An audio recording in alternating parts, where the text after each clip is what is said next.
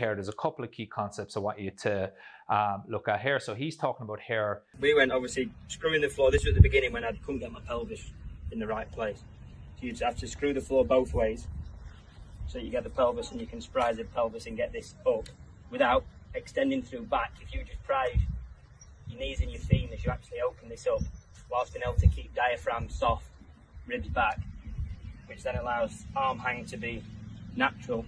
And then the idea was that we were trying to get these arms as long as possible, as soft in the rib cage and as long as arms as possible. I can make my arms longer. If this rib cage goes back, in theory, I'm increasing that distance. And then the takeaway stretch phase for me would be ribs staying down, back and left, and me feeling like I'm pulling that left arm out of place. And I can already feel heavy in the right. And then as I keep pulling, then get left knee, left hand, and then I then pull it into counter as well at the same time. I'm real heavy in the right, and then as I then go to jump through, I would still almost feel like then I would still be pulling that. I'd be pulling the left up whilst actually pulling with the right down.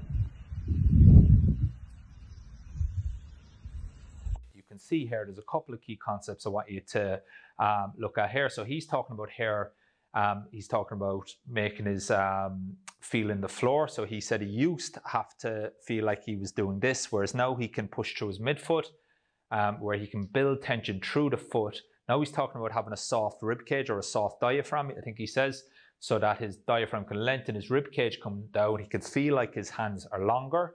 Okay, and then as he comes back into the backswing here, then what he's talking about is, as I said, having a soft diaphragm, reaching.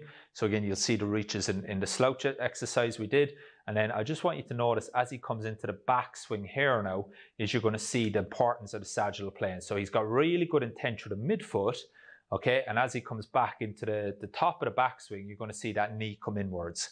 But again, that knee is controlled. Look how much intent he has in the sagittal plane here. Okay, he's got load through his biceps fem here. Okay, but he's got massive load through the midfoot on the left side in the backswing. So that's what we're talking about, the importance of soleus and hamstring to control that transverse plane as well. So the better we are in the sagittal plane, the better control we're going to have in the transverse plane. So the principles of this stuff, it's not just about straight ahead. We talked a lot about sagittal plane lunges and variations today. You can take this concept, you can use it with rotational athletes as well. As I said, we cover obviously everything in the mentorship.